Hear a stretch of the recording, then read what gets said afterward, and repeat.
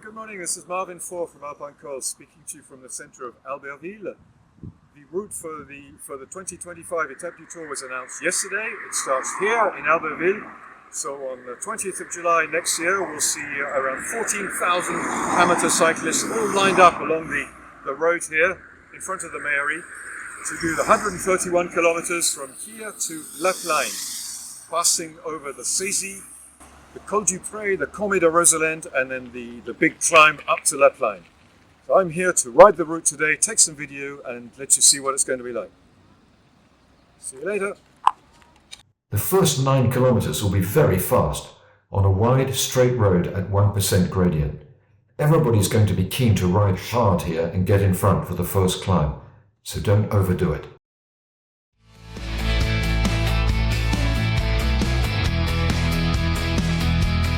This first climb is 11.3 kilometers long for a vertical gain of 580 meters. The average gradient is only 5.1%, but this is misleading due to the slight descent in the middle. In reality, the gradient varies from 6 to 8%.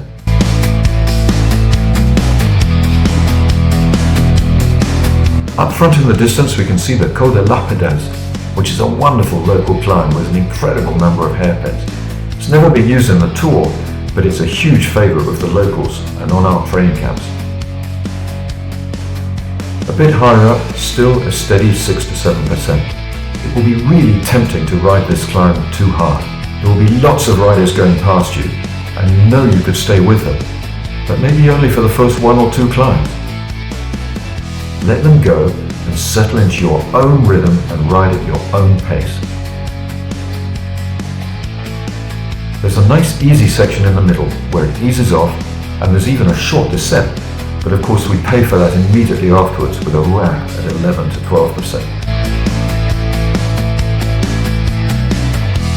Here comes the little hamlet of Saisies, which means we are almost at the top of the first climb.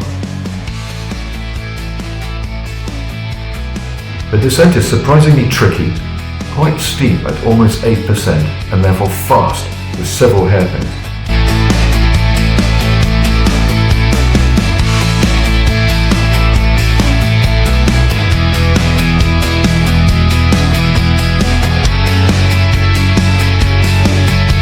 One in particular tightens unexpectedly, and it wouldn't surprise me to see accidents here during the event.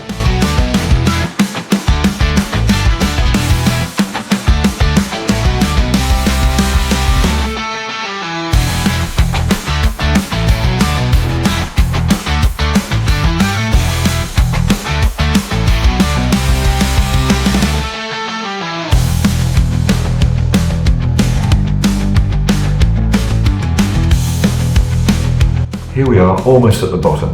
There's a right turn, then a left over the river, and we are straight on to the second climb to the Col des Saisies.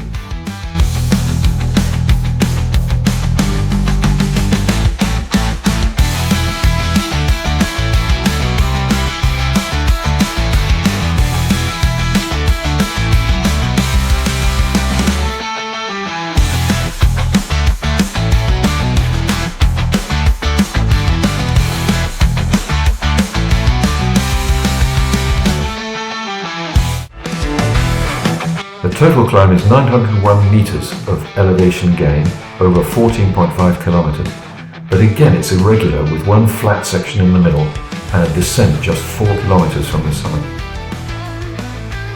It's hard work getting up here. The first couple of kilometers are the worst, with long sections at 10 to 11%. In fact, we've often used this section during our camps to teach how to climb standing up. Check out our YouTube channel for a video of Olivier demonstrating good technique exactly here.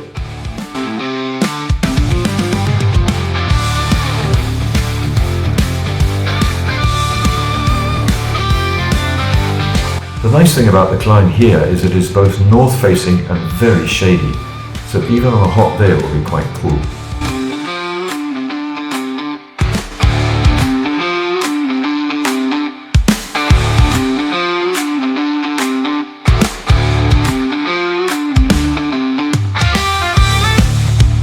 After 6k, the climb flattens out through the village of Granfondo, and then we turn right and head higher.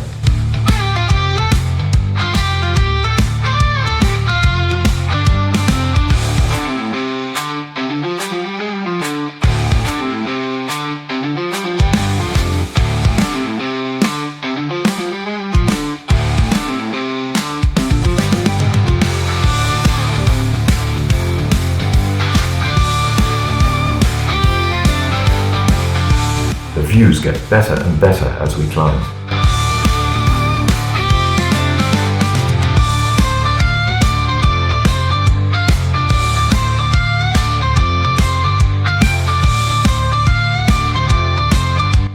Here the road flattens out through the pine forest, and you can even use the big ring for a kilometre or so before the road tips up again for the last 2k.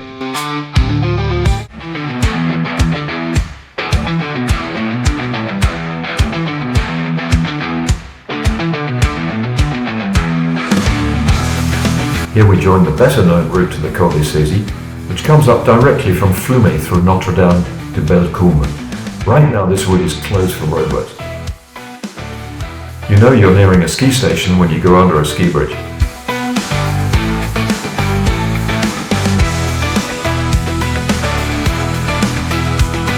So here we are on the Col de Saisies.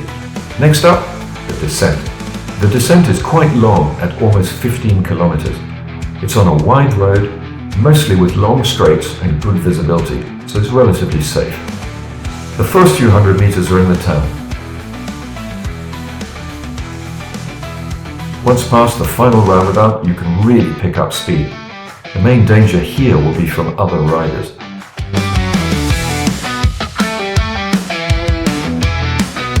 That's Mont Blanc in the distance, which looks much closer in real life than on this wide-angle video.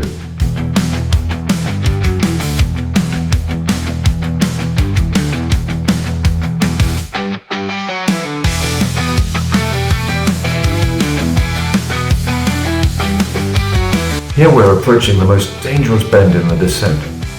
After a long straight, here's a left turn, immediately followed by a sharp right-hand switchback. Take it easy through here.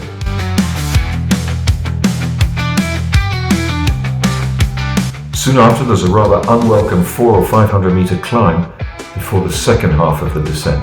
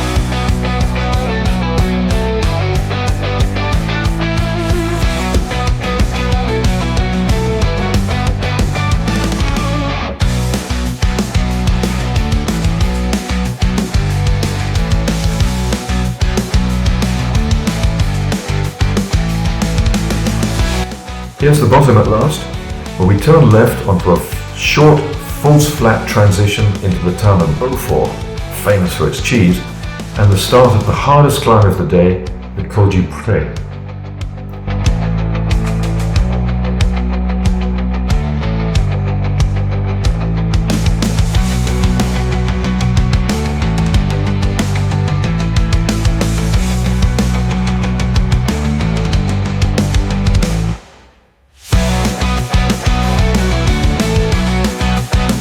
Here we have 964 meters to climb over 12 kilometers. The climb is in three parts. First 4 kilometers at a reasonable 6 to 7%, then an easy kilometer, and finally the last 7 kilometers, which are frequently above 10%. Here I'm in the flat section just before Arèche. You can use the big ring here, but be ready to pay for it after the village.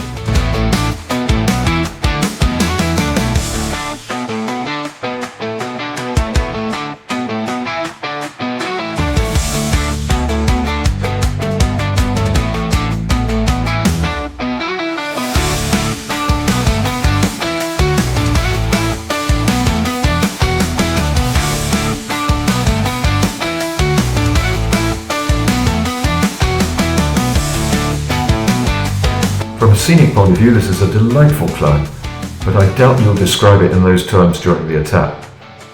It's hard, relentlessly hard. There's no respite until the summit. Your goal here must be to keep a steady endurance pace conserving energy for what's still to come. Make sure you have the easiest gears possible on your bike, such as 34-34 or even easier. When you see this view, you know you're almost there.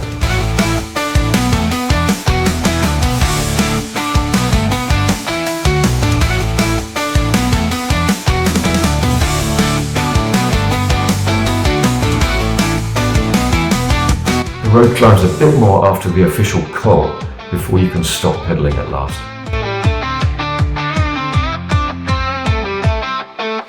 Here's the profile for the 13 kilometers between the Col du Pré and the Cormet de Roselend, the next summit. There's a 3k descent, then a bit of up and down around the lake before the final 6k to the summit.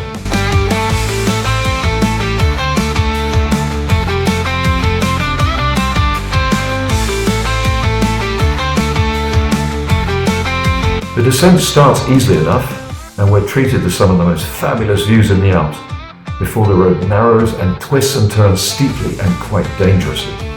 Be careful here.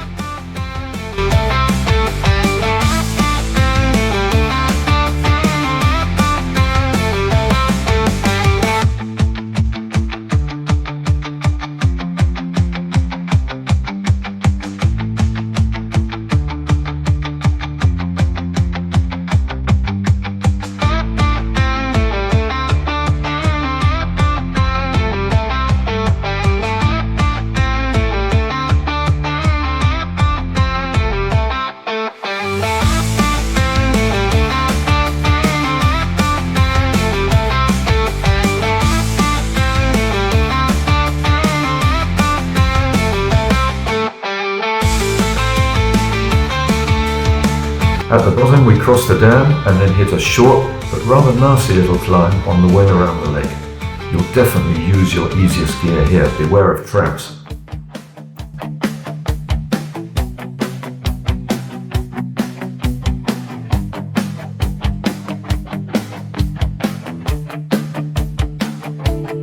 Here you can see me passing the iconic chapel at the northern tip of the lake.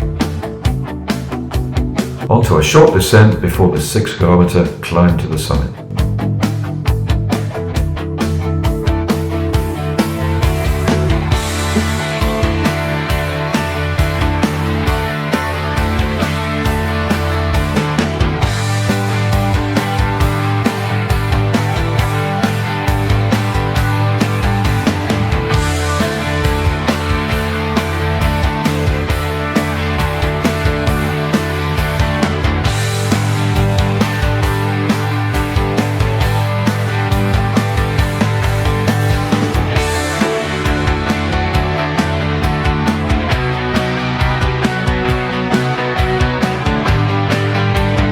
Okay, so here we are sur le Cormet de Roselend, the fourth of the 5 climbs today. If you've made it this far inside the time cut, well done. You're almost certain now to be a finisher of the Etape du Tour. So just one final big descent all the way down the Cormet de Roselend to Bourg-Saint-Maurice, short transition, and then the final climb.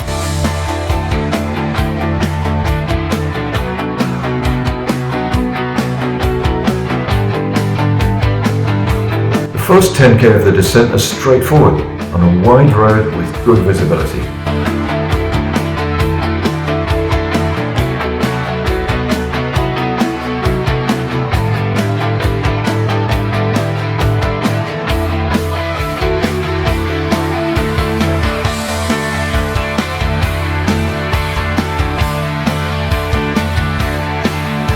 The middle section is the dangerous part. The road here is much narrower, the road surface is less good, it's steeper and the corners are less predictable. Coming up, the corner where Johan Brunet went over the parapet in the 1996 Tour. Here it is, just after the rock.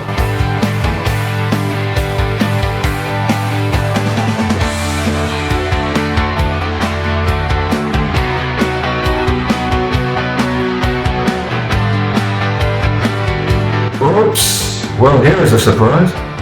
These are some of the cows that make the famous Beaufort cheese, being brought down to their winter pastures in the valley.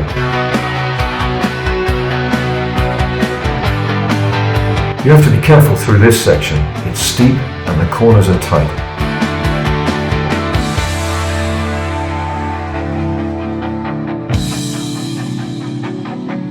last part of the descent is easier, but you'll be tired by now, so it's important to stay concentrated and not take any risks.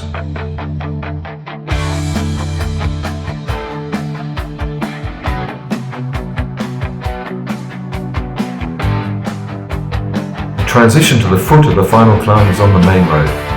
It's mostly, but not entirely, an easy descent on a straight road for 12 kilometers until M, where there's a sharp turn back left to go under the main road and cross the river.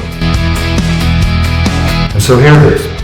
After 113 kilometers of hard riding, there's only 19 kilometers and 1,443 meters left to climb between you and the finish line. Like a certain other climb we won't mention, there are 21 numbered bends to count down, with the first one coming 3k after crossing the river. Let's go round them one by one.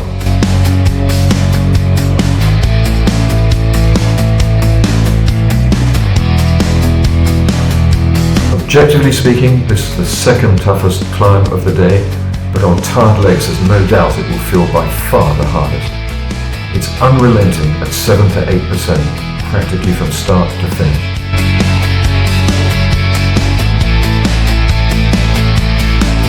Until turn 16, we're mostly in the shade, which will be a huge relief on a hot day. After that, the views are better, but we're in the full sun most of the way. Make sure you have plenty of water, you will really need it. Do I look tired? I should do by now. This is where all your hard work in training and preparation will really pay off.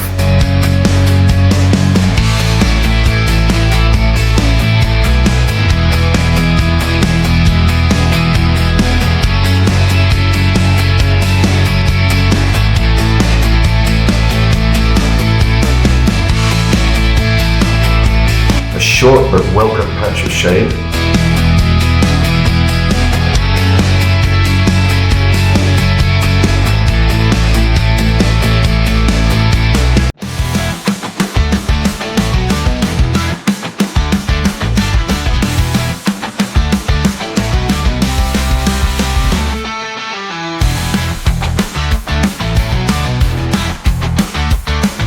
Down to single figures.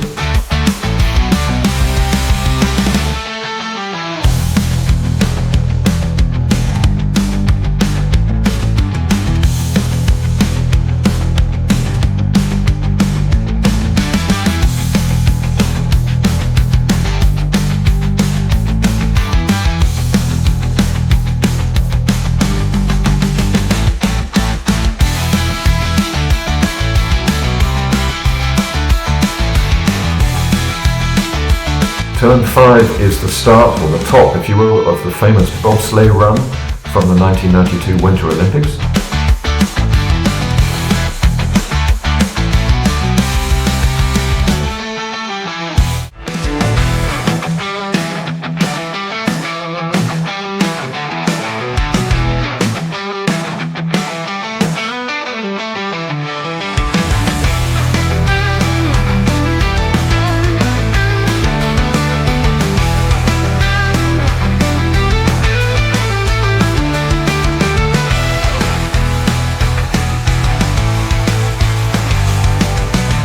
Last but one.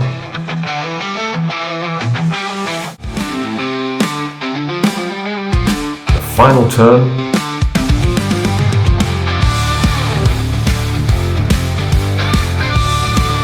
Round the roundabout and we're into the final straight.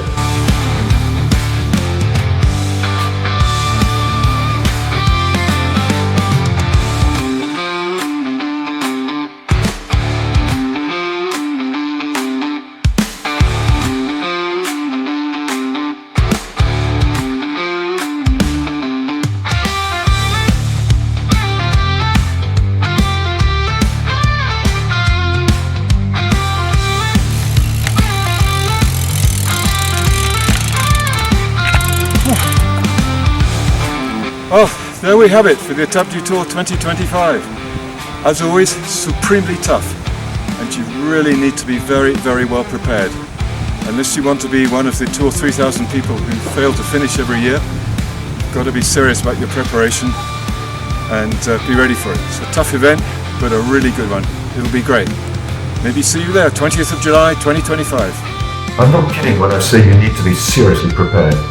Don't be one of the several thousand people who fail to finish every year. Join us in the Canary Islands in January to get your season off to a great start with a customized training plan to take you through to the event. And join us at our special Etape du Tour camp in June to sharpen your skills and practice on the actual roads of this year's etape. Post your questions below or drop me an email, info@alpinecols.com. This is Marvin saying thanks for listening and good luck.